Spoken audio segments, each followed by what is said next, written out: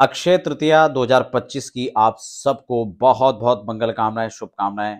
हम बात करेंगे अक्षय तृतीया क्यों स्पेशल है, कौन कौन से कार्य हैं जो हम अक्षय तृतीया पर कर सकते हैं, क्या यह स्वयं सिद्ध मुहूर्त सभी कामों के लिए श्रेष्ठ होता है, क्या आज के दिन करना चाहिए, किस दिन यह पर्व पड़ रहा है, क्या शुभ मुहूर्त रहेगा, क्या उपाय हम कर सकते हैं और क्या आज की विशेषताएं हैं। तमाम इसी बिंदु पर हम लोग आगे चर्चा करेंगे। नए दर्शक हैं तो साथ साथ एक निवेदन भी रहेगा कि आप पहली बार चैनल पर विजिट कर रहे हैं तो चैनल को सब्सक्राइब करके बेल आइकन जरूर प्रेस कर लीजिए, क्योंकि यहाँ अध्यात्म, ज्योतिष और तमाम इसी प्रकार से हम व्रत पर्व आदि पर भी हम लोग समय समय पर चर्चा करते हैं। सबसे पहले मैं आपको बता दूं, यहाँ पर 30 अप्रैल 2025 को इस बार अक्षय तृतीया का पर्व पड़ रहा है। बहुत ही सुंदर संयोग आप इसको कहते हैं। बुधवार और रोहिणी का संयोग साथ साथ में है और इस जो अक्षय तृतीया जो पर्व है, इसको स्वयं सिद्ध मुहूर्त के तौर पर भी हम लोग देखते हैं। क्या इस दिन की विशेषता रहती है, क्या क्या काम, क्या क्या मुहूर्त आप इस दिन कर सकते हैं। ऐसे तो हर मुहूर्त के एक पैमाने होते हैं और उस मुहूर्त में भी आप अपनी राशि के अनुसार उस मुहूर्त का चयन करते हैं। अपने स्थानिक सूर्योदय के अनुसार एक लगन को हम लोग निकालते हैं और उस विशेष लगन में हम विशेष कामों को करते हैं। लेकिन फिर भी कुछ इस प्रकार के कार्य होते हैं कि जब हम तत्काल में करते हैं और कोई मुहूर्त हमें नहीं सूझ रहा है और फिर हम एक तत्काल मुहूर्त के रूप में देखें तो हम उसको अक्षय तृतीया के दिन शुभ मानते हैं।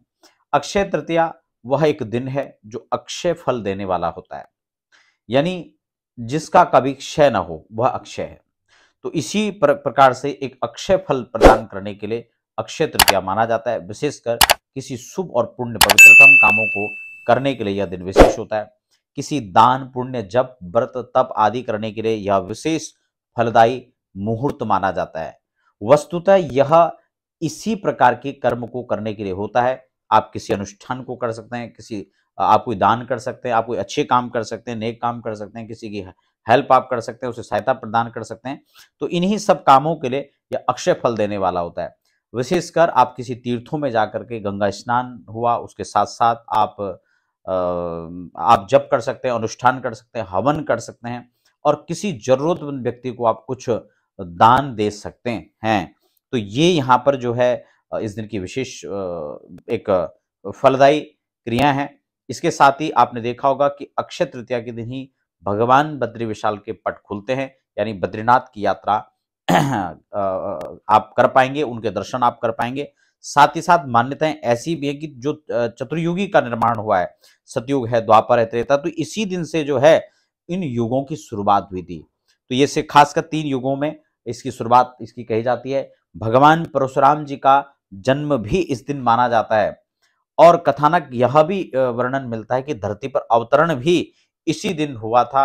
और बहुत सारे यहाँ पर जो है सिद्धांतों को यहाँ पर देखा जाता है। महाभारत के समय महाभारत का जो लिखना, जो काव्य को लिखा गया था वेद व्यास जी द्वारा, उसके बारे में भी चर्चा मिलती है कि वो भी अक्षय तृतीया पर ही हुआ था। किसी कारोबार, व्यापार को शुरुआत करने के लिए यह बहुत अच्छा दिन माना जाता है। और यह भी कथा मिलती है कि युधिष्ठिर जी महाराज को जो अक्षय पात्र प्रदान हुआ था, वो अक्षय तृतीया के दिन ही वह पात्र युधिष्ठिर जी को भगवान श्री कृष्ण ने दिया था। बाद में वह पात्र उन्होंने अपनी द्रौपदी को दे दिया था।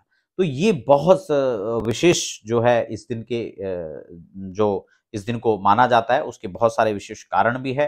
लेकिन मुहूर्त की जहां तक बात है तो आप तत्काल में अनेक मुहूर्तों को कर सकते हैं।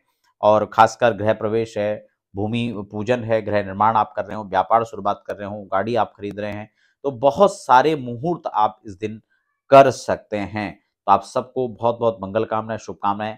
आप सबका मनोरथ पूर्ण हो। जय श्री राधे।